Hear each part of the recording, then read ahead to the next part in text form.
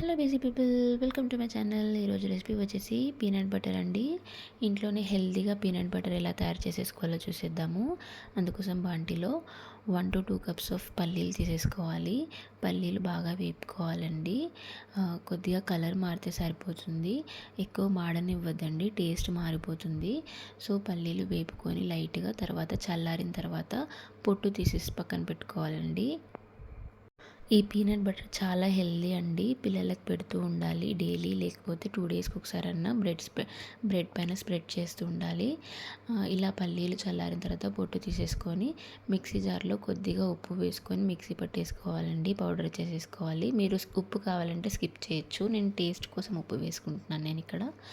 ఇలా పల్లీలు ఫైన్గా పౌడర్ అయిపోవాలి. పౌడర్ అయిపోయిన తర్వాత ఈ ప్రాసెస్ అంతా 5 to 10 minutes పడుతుందండి. ఓన్లీ మిక్సీ పట్టుకునే ప్రాసెస్ 5 to 10 minutes పడుతుంది. కొద్దిగా ఓపికతో మిక్సీ పట్టుకోవాలి. ఇది కొద్దిగా సాఫ్ట్ అయిపోయిన తర్వాత ఆ పల్లి మిక్స్చర్ అందులో 1 to 2 tablespoons ఆఫ్ నెయ్యి వేసుకోవాలి. మీరు ఇక్కడ బటర్ కూడా వేసుకోవచ్చు. నేను ఇక్కడ పిల్లల కోసం చేస్తున్నాను కాబట్టి హెల్దీగా ఉండాలని నెయ్యి వేసుకున్నాను. తర్వాత 2 to 3 tablespoons ఆఫ్ హనీ వేసుకోవాలి.